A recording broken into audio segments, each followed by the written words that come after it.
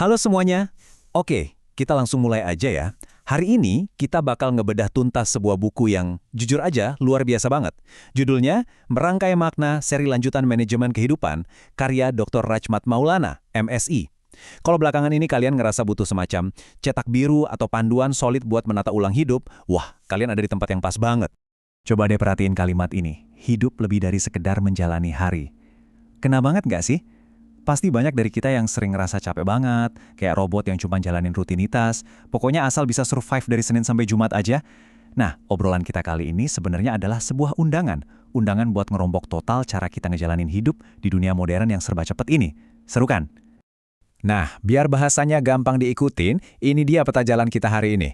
Kita bakal mulai dari pengantar dan kenalan sama penulisnya, lanjut ke fondasi inti, terus ngebahas tindakan dan keseimbangan, masuk ke urusan hubungan dan karir, menyelami spiritualitas dan makna, dan pastinya ditutup dengan epilog.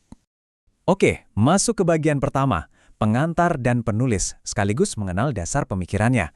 Sedikit tentang penulisnya, Dr. Rachmat Maulana ini adalah seorang akademisi yang super berpengalaman. Dan di bagian prolog bukunya, beliau udah langsung nancepin satu tujuan utama yang bakal jadi fondasi seluruh isi buku ini. Beliau nulis begini, buku ini hadir sebagai upaya memberikan panduan praktis dan inspiratif bagi pembaca yang ingin menjalani kehidupan yang lebih terarah, bermakna, dan seimbang. Dua kata kuncinya di sini adalah keseimbangan dan arah. Jadi ini bukan cuma teori filosofis yang bikin ngantuk ya, ini benar-benar panduan taktis buat nata hidup kita mulai dari hari ini juga. Lanjut ke bagian 2, fondasi inti. Di bab-bab awal ini, kita diajak nyadar kalau sebelum kita sibuk bertindak ini itu, kita harus tahu dulu nih, apa sih sebenarnya makna dari manajemen kehidupan itu sendiri. Coba deh resapi definisi dari bab 1 ini. Katanya, manajemen kehidupan itu adalah pendekatan sistematis untuk mengatur aspek-aspek penting dalam hidup guna mencapai keseimbangan, makna, dan kepuasan pribadi.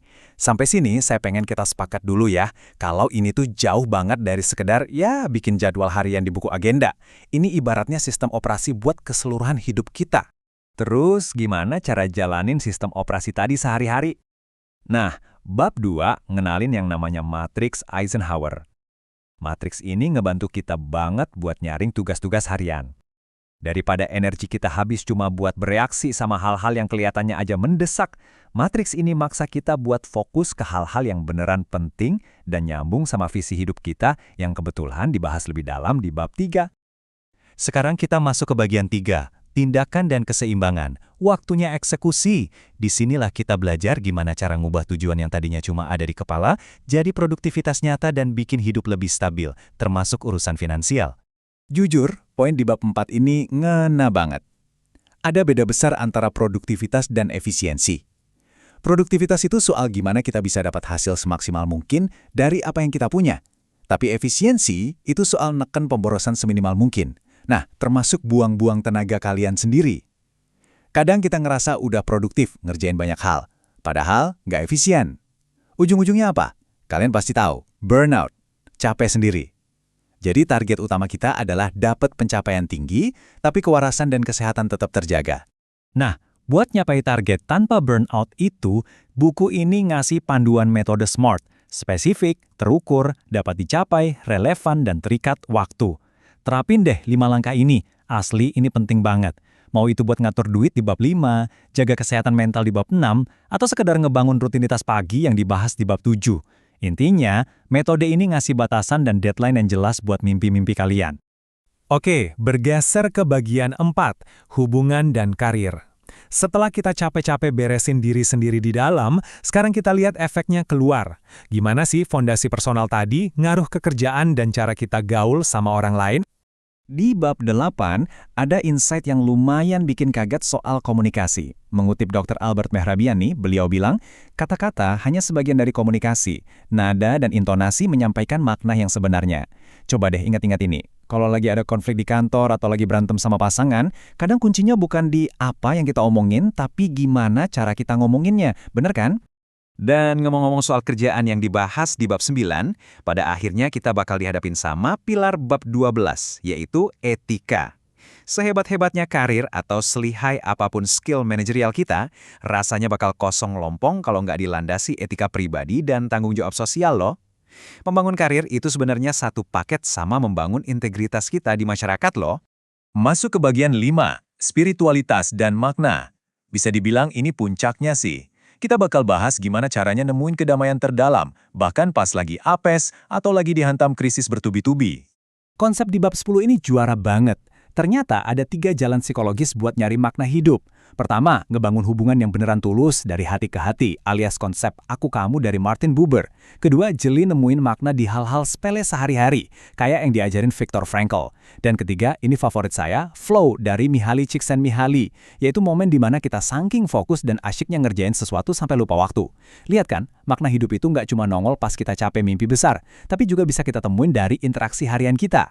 Tapi ya, namanya hidup pasti ada aja cobaannya. Bab 11 khusus ngebahas ini. Pas badai stres dan krisis tiba-tiba datang, kita butuh yang namanya ketahanan. Nah, ketahanan itu dari mana datangnya? Dari keselarasan antara tindakan kita sama nilai-nilai inti yang udah kita bangun di awal tadi. Ibaratnya, nilai-nilai kita lah yang jadi jangkar biar kita nggak gampang hanyut.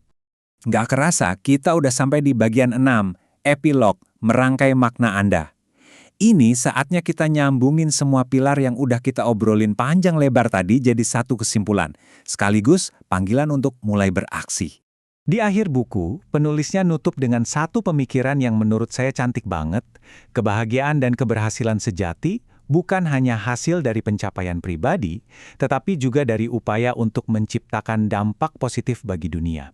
Kalimat ini kayak nampar kita dengan halus. Ngingetin kalau ngatur hidup dengan baik itu pada akhirnya bukan cuma demi ego kita sendiri, tapi juga buat ngasih manfaat ke orang-orang dan dunia di sekitar kita. Jadi sebelum kita pisah, saya mau ninggalin satu pertanyaan penting buat kalian. Langkah kecil apa yang bakal kalian ambil hari ini buat mulai merangkai makna hidup kalian sendiri? Apa mungkin besok pagi mulai misahin kerjaan pakai matriks Eisenhower?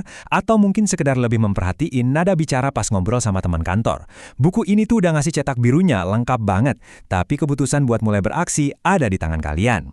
Tetap terorganisir, teruslah cari makna, dan sampai jumpa di bahasan seru kita selanjutnya.